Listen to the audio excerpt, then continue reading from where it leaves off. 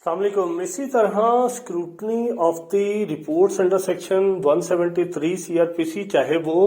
किसी भी शेप में हो, चाहे वो चालान की शेप में हो, जिसको कॉमनली जाना जाता है कि मुल्ज़मान को ट्रायल के लिए रिकमेंड किया जाता है, या फिर वो खाना नंबर 2 में हो, मुल्ज़मान को मुलव्वस ना तहरीर करके, या वो कैंसलेशन की सूरत में हो, या वो अदम पता की सूरत में हो, हर तरह की रिपोर्ट 173 प्रोसिक्यूटर साहब के पास सबमिट होनी है। और ये गाइडलाइन भी जो है section 10(1) of the prosecution act के तहत जारी की गई, जिसके अंदर पहले तो वो तमाम सेक्शंस को रिप्रोड्यूस किया गया जो कि पुलिस और प्रोसिक्यूशन को स्टैट्यूटरी प्रोविजंस में एक दूसरे का पाबंद कर रही हैं। जैसा कि सेक्शन 9(5) के तहत जो पुलिस रिपोर्ट है उसकी स्क्रूटनी जो है प्रोसिक्यूटर साहब ने करनी है, 9(7) के तहत वो ओपिनियन फॉर्म कर सकते हैं, या फिर जैसे सेक्शन 10, 12 और 13 जिसके अंदर पुलिस की रिस्पॉन्सिबिलिटीज हैं टूवर्ड्स द प्रोसिक्यूटर के उनको एफआईआर जो है फर्स्ट इंफॉर्मेशन रिपोर्ट प्रोवाइड करनी है, या जो डिफेक्ट्स जो हैं उनको आइडेंटिफाई किया गया है उनको रेक्टिफाई करके रिपोर्ट सबमिट करनी है या सबमिशन करनी है उनको। अगर किसी इन्वेस्टिगेशन के अंदर डिले है तो उसकी रीजन सबमिट करनी है, या फिर सेक्शन 13 जहां पर प्रोसिक्यूटर साहब समझते हैं कि कोई जानबूझकर डिफेक्ट जो है वो डिफेक्टिव इन्वेस्टिगेशन की गई है, उस सूरत के अंदर जो कानून उनको एम्पावर कर रहा है कि उसकी रिपोर्ट जो है वो हाई एप्स को करें। ये सारे सेक्शंस जो हैं वो पहले तो इसमें रिप्रोड्यूस किए गए। उसके बाद जो है रोल ऑफ द प्रोसिक्यूटर और investigation officer towards each other जो है वो भी इसके अंदर वाज़िया तौर पर तहरीर किया गया। और ये बात जो मैं आपको बार बार करता हूँ, यहाँ पर फिर तहरीर की गई कि एक प्रोसिक्यूटर साहब का जो रोल है ड्यूरिंग इन्वेस्टिगेशन वो निल है। Prosecutor has no role in the decision to commence an investigation, या वो कोई भी पर्टिकुलर शख्स के अगेंस्ट, मुल्ज़म के अगेंस्ट कोई शहादत इकट्ठी करने की डायरेक्शन नहीं दे सकते, या वो अपने तौर पर कोई लाइन ऑफ इंक्वायरी जो है वो नहीं दे सकते, बल्कि he will only work as an advisory to the investigation, और वो भी तब जब उनसे ऐसी कोई एडवाइस सीख की जाती है। लेकिन यहाँ पर यह भी तहरीर है कि at the time of scrutiny अगर प्रोसिक्यूटर साहब समझते हैं कि एक लाइन ऑफ इंक्वायरी जो है वो ली जा सकती थी लेकिन नहीं ली गई, तो उसके बारे में वो पुलिस को पूछ सकते हैं कि वो क्यों मिस की गई। तो ये सारी चीजें जो हैं वो उसके अंदर मौजूद है। अब हम देखते हैं कि उसके अंदर वो कौन से कागजात हैं जो कि एक जुडिशल और पुलिस फाइल के लिए उन्होंने जो है तहरीर किए कि ये कागजात इन जुडिशल और पुलिस फाइल के अंदर होने चाहिए। सबसे पहले तो वही 173 की जो रिपोर्ट है जो कि एक प्रेस्क्राइब्ड फॉर्मेट है, सीआरपीसी के लेक्चर्स के दौरान उस पर डिटेल्ड पे एक वॉइस भी मौजूद है जिसमें हर कॉलम को डिटेल से बताया गया है। यहाँ पर उसी फाइल का जिक्र किया जा रहा है कि एक इंडेक्स होगा, इंडेक्स के अंदर जो है वो तमाम कागजात तफसील कागजात जो है वो तहरीर किए गए होंगे, और ये 173 की जो रिपोर्ट है उसकी बैक साइड के ऊपर सीरियल नंबर वाइज हर डॉक्यूमेंट जो है वो तहरीर किया जाता है। तफसील कागजात उसको बोलते हैं जहां पर ये लिखा जाता है कि इस फाइल के आगे किस किस नंबर के ऊपर कौन कौन सा कागज मौजूद है। ये भी तहरीर किया जाता है कि कौन सा कागज इन ओरिजिनल है, कौन सा कार्बन कॉपी है और कौन सी फोटो कॉपी है। और ये जिस वक्त भी स्क्रूटनी की जाती है तो इसको भी टैली किया जाता है कि क्या जो तफसील कागजात के अंदर जो है डॉक्यूमेंट तहरीर है वाकई ही मौजूद है या नहीं, अदरवाइज इसको भी ऑब्जेक्शन शेप के अंदर रिटर्न किया जाता है। इसी तरह जो 25.56 पुलिस रूल है उसके तहत जो चार्जशीट है ये वही चार्जशीट है जहां पर मुल्ज़मान को रिकमेंड किया जाता है for trial either in column number 3 अगर वो इन कस्टडी हैं, हिरासत में हैं, या कॉलम नंबर 4 अगर वो बेल पर हैं बट स्टिल प्रोसिक्यूशन रिकमेंड करती है कि उनका ट्रायल किया जाए। इसी तरह कैंसलेशन रिपोर्ट जो होगी वो फॉर्मेट के अंदर 25.57 पुलिस रूल के तहत सबमिट की जाती है, जिसको भी बार बार मैं डिटेल से बता चुका हूं कि ये 4 ग्राउंड्स के ऊपर हमेशा सबमिट होती है, या केस फॉल्स एंड फिक्टिशियस जो है वो ड्यूरिंग कोर्स ऑफ इन्वेस्टिगेशन जो है डिक्लेयर हो जाए, या फिर किसी नॉन कॉग्निजेबल ऑफेंस के अंदर एफआईआर दर्ज हो जाए, या फिर मैटर ऐसा हो जो कि सिविल नेचर का हो लेकिन कल्मिनेट कर दिया हो इनटू क्रिमिनल केस, या फिर किसी मिस्टेक ऑफ फैक्ट या मिस्टेक ऑफ लॉ के ऊपर एफआईआर जो है वो दर्ज हो जाती है। इसी तरह अदम पता भी मैं आपको पहले डिटेल से बता चुका हूं, जो 25/57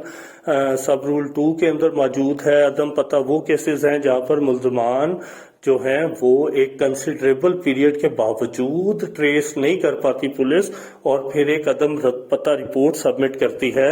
जहां पर अदालत को बताती है कि अभी तक मुल्जमान जो है वो ट्रेस नहीं हो पाए, तो हमें मजीद वक्त दिया जाए, तो उसको अदम पता रिपोर्ट बोलते हैं। इसी तरह जो स्टेटमेंट है कंप्लेनेंट की, या जिसको हम इंफॉर्मेंट कहते हैं, क्योंकि ये फर्स्ट इंफॉर्मेशन रिपोर्ट है जो 154 के तहत दी जाती है, तो जो उसमें स्टेटमेंट ऑफ दी कंप्लेनेंट है या इंफॉर्मेंट है वो इसके अंदर अटैच होनी चाहिए। इसके अलावा जो है रिमांड पेपर्स अगर मुल्जमान के लिए गए हैं वो रिमांड पेपर्स मौजूद होने चाहिए। अगर किसी किस्म के समन, वारंट्स और प्रोक्लेमेशन जो कि सेक्शन 68 से लेकर सेक्शन 87 तक लिए गए हैं वो भी इसके अंदर मौजूद होनी चाहिए। अगर कोई बेल के ऑर्डर हैं तो वो भी मौजूद होने चाहिए। इसी तरह जिस वक्त क्रिमिनल केस रजिस्टर होता है तो उसके बाद एज पर पुलिस रूल सबसे पहला काम है पुलिस का कि वो मौका वारदात को विजिट करना है उन्होंने। तो मौका वारदात पर जाकर सबसे पहला उनका काम है कि अगर ये असरटेन हो जाता है कि यहाँ पर कोई वक़ुआ कमिट हुआ है तो पुलिस रूल्स के मुताबिक पुलिस जो है एक नक्शा मौका जो है वो मौके पर बनाती है। कुछ केसेस के अंदर ये अनस्केल्ड साइट प्लान होता है जो कि इन्वेस्टिगेशन ऑफिसर अपने कलम से खुद बनाता है, लेकिन जो हीनियस ऑफेंसेस हैं लाइक मर्डर केसेस उसके अंदर पहले ये अनस्केल्ड साइट प्लान बनता है और उसके बाद ये किसी रेवेन्यू ऑफिसर के थ्रू, जो कि मोस्ट ऑफ द टाइम्स पटवारी होते हैं, उनके थ्रू फिर ये एक स्केल्ड साइट प्लान भी होता है। ये वही स्केल्ड और अनस्केल्ड है जो कि किसी पैमाने के थ्रू जो है ये तहरीर होता है। और अगर ये स्केल्ड है तो उस सूरत के अंदर ये एक फुल फ्लैज जो है पटवारी साहब जो हैं वो रेवेन्यू ऑफिसर एक फुल फ्लैज जो है वो स्केल्ड साइट प्लान भी प्रिपेयर करते हैं। तो जहां पर वो अनस्केल्ड साइट प्लान होगा वो नक्शा मौका इसके साथ अटैच होना चाहिए। ये भी 25/13 पुलिस रूल्स के तहत बनता है। और दूसरा स्केल्ड साइट प्लान भी। इसके अलावा अगर कोई मौके से बरामदगी हुई है और रिकवरी मेमो के थ्रू जो है उसको कब्जा में लिया गया है, वो रिकवरी मेमो मौजूद होना चाहिए। एक्सपर्ट ओपिनियंस लाइक फोरेंसिक्स हैं, केमिकल एग्जामिनर की हैं, अगर वो कोई मौजूद है, या इंक्वेस्ट रिपोर्ट है जो कि 174 के तहत पुलिस मौके पर बनाती है, वो इंक्वेस्ट रिपोर्ट वहां पर मौजूद होनी चाहिए। फिर इसके अलावा इंजरी स्टेटमेंट को उर्दू में नक्शा मजरूबी बोलते हैं, जो कि 25/39 पुलिस रूल्स के तहत पुलिस बनाती है। ये वो नक्शा मजरूबी है जब भी पुलिस किसी इंजर्ड विक्टिम को मिलती है तो उस वक्त सबसे पहले एपरेंटली जो उसके जिस्म के ऊपर ज़रबात मौजूद होती हैं, पुलिस उसको नक्शा मजरूबी के अंदर तहरीर करता है कि ये विक्टिम मेरे पास पेश हुआ है और इसके नाक पर चोट है, इसके हाथ पर चोट है, इसके गाल पर चोट है, और उस जो इंजरी को वो एपरेंटली एक ह्यूमन आई के साथ देख रहा होता है लेमैन के तौर पे, उसको भी वो वहां पर तहरीर करता है। इस जो ये स्टेटमेंट बनती है इसको नक्शा मजरूबी बोलते हैं। और इसी की बुनियाद पर इन्वेस्टिगेशन ऑफिसर के सिग्नेचर होकर ये नक्शा मजरूबी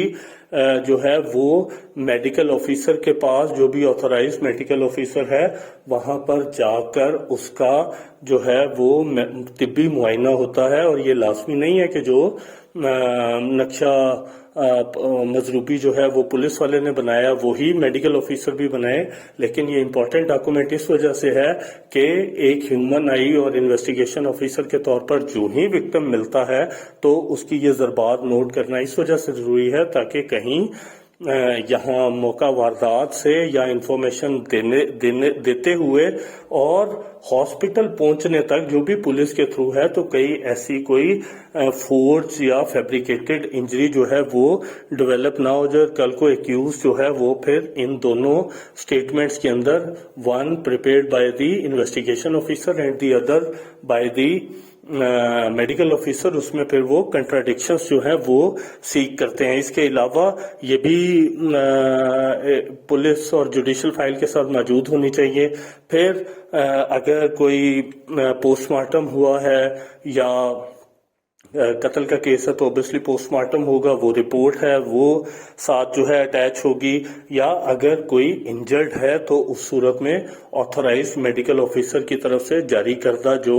ایم ایل سی ہے جس کو میڈیکل لیگل رپورٹ بولتے ہیں وہ اس کے ساتھ اٹیچ ہوگی۔ اس کے علاوہ اگر کوئی انکوائری رپورٹس ہیں موقع پر کی گئی ہے، میجسٹریٹ صاحب کے حکم پر کی گئی ہے، کوئی انکوائری کورٹ نے کر کے پولیس کو جو ہے وہ بھیجی ہے تو وہ انکوائری رپورٹس بھی اس کے ساتھ جو ہے اٹیچ ہوگی۔ اس کے علاوہ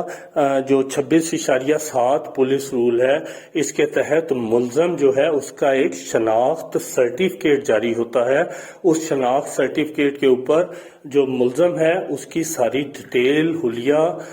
تحریر کیا جاتا ہے، اور ایک جو ملزم ہے اس کا ہر طرف سے یا اس کے ریزیڈینشل پولیس اسٹیشن کی طرف سے یا پروونس کے اندر جہاں جہاں پر بھی ملزم کا ریکارڈ موجود ہے، کوئی پریویس اس نے اگر کوئی اوفینس کمٹ کیا ہے، کنوکشن وغیرہ نہیں، اگر صرف اس کا یہ ریکارڈ موجود ہے کہ اس نے یہ اوفینس کیا ہے تو اس شناخت پیپر کے اوپر یا جو ہے شناخت ملزم کے اوپر شناخت سرٹیفکیٹ کے اوپر جو ہے ملزم کی ساری ڈیٹیل پریویس اوفینس کمٹ کرنے کی بھی تحریر کی جاتی ہے، جو اگر موقع پر موجود نہ ہو تو پھر ایک فارم جاری ہوتا ہے جو کہ بعد ازاں کورٹ میں سبمٹ کیا جا سکتا ہے۔ اسی طرح اگر کوئی شناخت پریڈ ہوئی ہے میجسٹریٹ صاحب کی سپرویژن میں پولیس نے کنڈکٹ کروائی ہے وہ ساتھ لگی ہونی چاہیے۔ پھر چارج سلپ ہے، سزا سلپ ہے 27.21 کے تحت جس میں فائنل ڈیسیژن کے وقت جو ہے کورٹ جو ہے وہ لکھ کر جو ہے واپس روانہ کرتی ہے پولیس کو، جس میں بتایا جاتا ہے کہ ملزم بری ہوا یا ملزم جو ہے اس کو سزا ہوئی، اور یہ جو کورٹ کے ساتھ نائب کورٹ اٹیچ ہوتا ہے وہ پابند ہوتا ہے کہ وہ ڈیٹ آف ڈیسیژن کے اوپر اس کے اوپر کورٹ سے ڈیسیژن لکھوا کر اس کو جو ہے روانہ کرے، اور پھر یہ پولیس ریکارڈ کے اندر جا کر اس کی انٹری ہوتی ہے، کیونکہ ہر ڈیسیژن جو ہے ہر ڈیسیژن نہیں بلکہ کوئی بھی ڈیسیژن پولیس کو تو نہیں بھیجا جاتا، تو یہ وہ سزا سلپ ہے جس کے تحت پولیس جو ہے اپنے کاغذات کے اندر اور تھانے کے اندر اپنا ایک ریکارڈ مینٹین کرتی ہے کہ جو کیس انہوں نے کورٹ کے اندر بھیجا تھا اس کا الٹیمیٹ ڈیسیژن جو ہے وہ کیا ہوا۔ اس کے علاوہ جو سٹیٹمنٹس ہیں وٹنسز کی اور 161 کی، اس کی کاربن کاپیز تو لف ہوتی ہیں پولیس فائل کے ساتھ، لیکن ملزمان کو پرووائڈ کرنے کے لیے 241A CRPC کے تحت وہ پولیس فائل کے ساتھ جوڈیشل فائل کے ساتھ بھی موجود ہوتی ہے، اور کاربن کاپیز جو ہیں اس کی وہ پولیس فائل کے اندر موجود ہوتی ہیں، اور اوریجنل جو ہے وہ DSP صاحب کے دفتر میں جمع ہوتی ہیں۔ اس کے علاوہ اگر کوئی 164 ریکارڈ ہوا ہے during course of investigation 164 CRPC کی اسٹیٹمنٹ تو وہ بھی اس کے اندر شامل ہوگی۔ ویسے وہ most of the times sealed envelope کی صورت میں ایز پر رولز جو ہے سیشن آفس کے اندر سبمٹ ہوتی ہیں، اور وہاں سے پھر at the time of submission of report under section 173 CRPC point out کیا جاتا ہے، اور پھر اس کو سیشن آفس سے بلوا کر سیلڈ انویلپ کو 173 کے ساتھ لف کر دیا جاتا ہے، اور پھر میجسٹریٹ صاحب کے حکم پر یا ٹرائل کورٹ کے حکم پر اس کو جو ہے ڈی سیل کیا جاتا ہے اور اس کو اٹیچ کر دیا جاتا ہے فار ट्रायल पर्पसेस, और लास्टली अगर इसके अलावा कोई डॉक्यूमेंट्री एविडेंस है, कोई और रिकवरी मेमो है, किसी और तरह के एग्रीमेंट है, ऐसी कोई शहादत जिस पे प्रोसिक्यूशन बेस करती है अपने केस को, वो सारी चीजें भी इसके साथ अटैच होती हैं। इसी तरह जो पुलिस फाइल है उसके साथ तो ऑब्वियसली बहुत सारी जो पुलिस डायरीज हैं और ये जितने डॉक्यूमेंट्स हैं जिनका मैं पहले जिक्र कर चुका हूँ, इनकी एक एक कॉपी जो है वो भी प्रोसिक्यूटर साहब की असिस्टेंस के लिए या उनके रिकॉर्ड के लिए पुलिस फाइल के साथ जो है वो मौजूद होती हैं। कोई रोककार जारी हुई है तो वो उसके साथ मौजूद होती हैं, और ऐसी वो तमाम जो है डॉक्यूमेंट्स जो कि प्रोसिक्यूटर साहब को रिक्वायर्ड हो for the purpose of trial, उसको आइदर कार्बन कॉपी की सूरत में या फोटो कॉपी की सूरत में पुलिस फाइल के साथ अटैच किया जाता है, जो कि पुलिस फाइल जो है वो नाइब कोर्ट के पास मौजूद होती है और सिर्फ प्रोसिक्यूटर साहब के तलब करने पर या कोर्ट के तलब करने पर नाइब कोर्ट देने का पाबंद है। बाकी वो एक जो है प्रिविलेज डॉक्यूमेंट है जिसकी एक्सेस जो है अदर देन प्रोसिक्यूटर साहब या